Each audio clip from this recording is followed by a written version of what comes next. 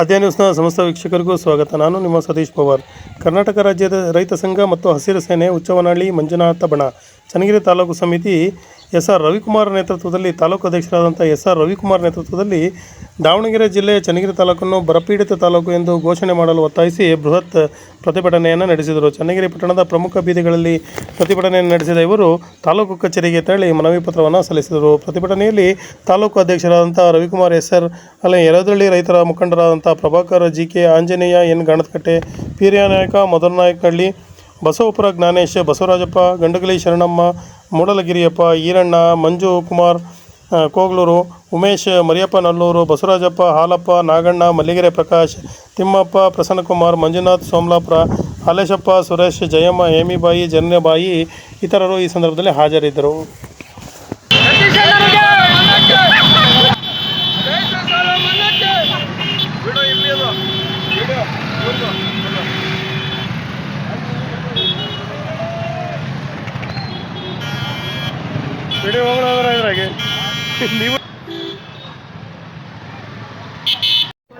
ಕರ್ನಾಟಕ ರಾಜ್ಯ ರೈತ ಸಂಘ ತಾಲೂಕು ಅಧ್ಯಕ್ಷರಾದ ಎಸ್.ಆರ್. ರವಿಕುಮಾರ್ ಯರದಳ್ಳಿ.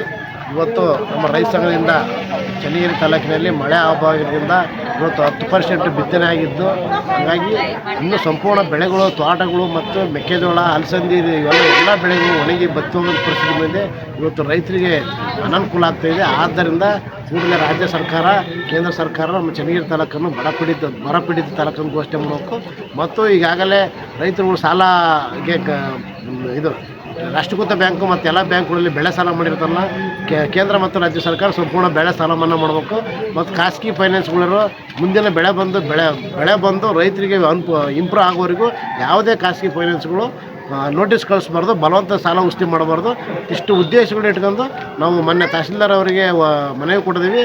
ಕೂಡಲೇ ರಾಜ್ಯ ಸರ್ಕಾರ ಎಚ್ಚೆತ್ಕೊಂಡು ಚನ್ನಗಿರಿ ತಾಲೂಕನ್ನು ಬರಪೀಡಿತ ತಾಲೂಕು ಘೋಷಣೆ ಮಾಡಬೇಕಂತ ನಮ್ಮ ಹೋರಾಟ. ಕಚೇರಿ ಮುಂದೆ ಶಾಮಿಯಾನ ಹಾಕಿರಲ್ಲ, ಏನಕ್ಕೆ? ಇದು ಆಲ್ರೆಡಿ ಬಸವಪಟ್ಟಣ ಹೋಬಳಿ ಶೃಂಗಾರಬಾಗ್ ತಾಂಡ ಅಂತ ಕಂಚಕರ್ತಿಗಡ್ಡೆ ಗ್ರಾಮದಲ್ಲಿ 62 ಕುಟುಂಬಗಳು ಈಗ 40ರಿಂದ 50 ವರ್ಷ ಉಳಿವು ಮಾಡ್ತಿದ್ದಾರೆ. ಹಿಂದೆ ಶಿವಮೊಗ್ಗ ಡಿಸ್ಟಿಕ್ ಇದ್ದಾಗ ಡಿ.ಸಿ ಅವರು 2 ಎಕರೆ 6 ಗುಂಟೆ ನಿವೇಶನಕ್ಕೆ ಮಂಜೂರು ಮಾಡಿ 49 ಜನಕ್ಕೆ ಹಕ್ಕುಪತ್ರ ಕೊಟ್ಟಿದ್ದಾರೆ.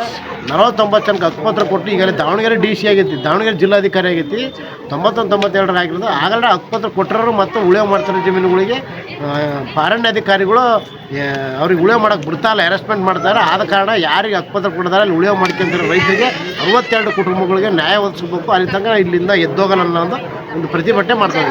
ಲಾಸ್ಟ್ ಟೈಮ್ ಅರಣ್ಯ ಇಲಾಖೆ ಅಲ್ಲಿಂದ ಜನರನ್ನ ಅಷ್ಟು ಎಬ್ರಿಸಿ ಕಬ್ಜಾ ಮಾಡ್ಕೊಂಡಿದ್ರಲ್ಲ, ಯಾವ ಕೆಲಸನೂ ಮಾಡಿಲ್ಲ. ಮನೆಗಳ ಹತ್ರ ಹೋಗಿ ಜೆಸಿಬಿ ಗುಂಡಿ ತೆಗೆದು ನಿಮ್ಮ ಮಾಧ್ಯಮದವರಿಗೆ ಸುಳ್ಳು ಹೇಳಿ ಫೋಟೋ ಹಾಕಿ ನಾವು ಹ್ಯಾಂಡ್ ಓವರ್ ಮಾಡಿದ್ದೇವೆ ಅಂತೀವಿ. ಇವತ್ತಿಗೂ 62 ಮನೆಗಳು ಅದಾವೆ, 62 ಕುಟುಂಬಗಳು ಉಳಿವು ಮಾಡಿರೋಂಥ ಜಮೀನು 120 ಎಕರೆ ಜಮೀನು ಅಲ್ಲೇ ಐತಿ. ಯಾವುದು ಹ್ಯಾಂಡ್ ಓವರ್ ಮಾಡಿಲ್ಲ. ಸುಮ್ಮನೆ ಸುಳ್ಳು ಸುದ್ದಿ ಆಪರೇಷನ್. ಈಗ ಸರ್ಕಾರ ಲೆವೆಲಿಗೆ ಹೋದ್ಮೇಲೆ ನಾವು ಮಾಡಿಕೊಡ್ತೇವೆ ಅಂತಾರೆ. ನೀವು ಮಾಡಿಕೊಡೋ ತನಕ ನಾವು ಅಲ್ಲೇ ಉಳಿವು ಮಾಡ್ತೇವೆ ಅಂತ ಹೇಳ್ತದೆ. ಸೊ ಎಲ್ಲಿವರೆಗೆ ಇದು ಪ್ರತಿಭಟನೆಯನ್ನು ಮಾಡ್ತೀರಾ ಅಂತೇಳಿ ಈಗ ಆಲ್ರೆಡಿ ಅಲ್ಲೇ ಗೌರ್ಮೆಂಟ್ ಸರ್ಕಲ್ಗೆ ಹೋಗಿದೆ. ಈಗ ಮೊನ್ನೆ ACF ಅವರು ಮಂಗಳವಾರ ತನಕ ವೆಯ್ಟ್ ಮಾಡ್ರಿ ಅಂತ ಹೇಳ್ತಾರೆ. ನಾವು ಮಂಗಳವಾರ ತನಕ ವೆಯ್ಟ್ ಮಾಡಿದ್ರು ಹೊಲ ಬಿತ್ತೇವೆ, ಮಂಗಳವಾರ ಆದಮೇಲೆ ಹೊಲ ಬಿಡ್ತೀವಿ, ಈಗಲೂ ಹೊಲ ಬಿತ್ತೇವೆ. ನಮ್ಮ ಉದ್ದೇಶ ಇಷ್ಟೇ, 62 ಕುಟುಂಬಗಳು ಈಗ 60-70 ವರ್ಷದ ಉಳಿವು ಮಾಡ್ತಾರೆ. ಅವ್ರು ಅಲ್ಲೇ ಉಳಿವು ಮಾಡಬೇಕು.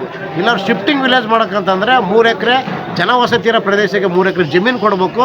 ಆ ಜಮೀನು ಬದಲಾಗಿ ಸರ್ಕಾರದಿಂದ ಒಬ್ಬ ರೈತರಿಗೆ 15 ಲಕ್ಷ ಪರಿಹಾರ ಕೊಡಬೇಕಂತ ನಾವು ಸರ್ಕಾರಕ್ಕೆ ಗೊತ್ತಾಕಿದ್ದೀವಿ.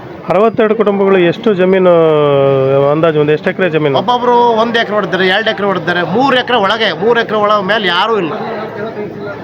3 ಎಕರೆ ಮೇಲೆ ಯಾವುದು ಒಬ್ಬ ರೈತರು 3 ಎಕರೆ ಮೇಲೆ ಯಾವ ಜಮೀನಿಲ್ಲ.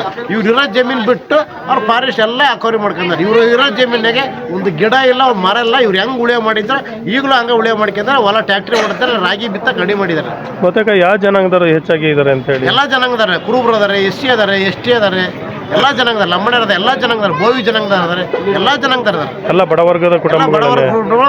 ಸರ್ಕಾರದಿಂದ ಆ ಗ್ರಾಮಕ್ಕೆ ಕುಡಿಯೋ ನೀರಿನ ಬೋರ್ ಹಾಕ್ಸಿದ್ದಾರೆ ಮತ್ತು ವಿದ್ಯುತ್ ಒದಗಿಸಿದ್ದಾರೆ, ಎಲ್ಲ ವ್ಯವಸ್ಥೆ ಮಾಡಿದ್ದಾರೆ. ಅಂದ್ರೆ ಇವ್ರು ಬೇರೆ ಕಡೆ ಮನೆಗಳೆಲ್ಲೂ ಇಲ್ವಾ? ಎಲ್ಲಿ ಇಲ್ಲ, ಅಲ್ಲೇ ಉಳಿವು ಮಾಡ್ತಾರೆ. ಶಾಲೆ ಇದೆ ಅವರಿಗೆ, ಆ ಶಾಲೆ ಸತಿನೂ ಇವರು ಇಂಪ್ರೂವ್ ಮಾಡಕ್ ಬಿಡ್ತಾರಲ್ಲ. ಈ ತರ ಇವ್ರು ಏನು ಇಂಪ್ರೂವ್ ಮಾಡಕ್ ಬಿಡ್ತಾರಲ್ಲ. ಸರ್ಕಾರಿ ಶಾಲೆ ಸರ್ಕಾರಿ ಶಾಲೆ ಇದೆ, ಸರ್ಕಾರ ಎಲ್ಲ ಸೌಲಭ್ಯಗಳನ್ನು ಕೊಟ್ಟರು ಅಲ್ಲಿಂದ ಇವರು ಮತ್ತೆ ಇವರು ಈ ತರ ಮಾಡ್ತಾರೆ. ಮುಂದೆ ಏನ್ ಮಾಡ್ಬೇಕಂತ? ಏನಲ್ಲ 62 ಕುಟುಂಬ ಅಲ್ಲೇ ಉಳಿವು ಮಾಡ್ತೇವೆ. ನಾವು ರಾಗಿ ಬಿತ್ತೇವೆ, ಜೀವನ ಮಾಡ್ತೇವೆ. ಸರ್ಕಾರದಿಂದ ಏನು ಸಜೆಷನ್ ಬರೋಣ ಅಲ್ಲೇ ಇರ್ತೀವಿ.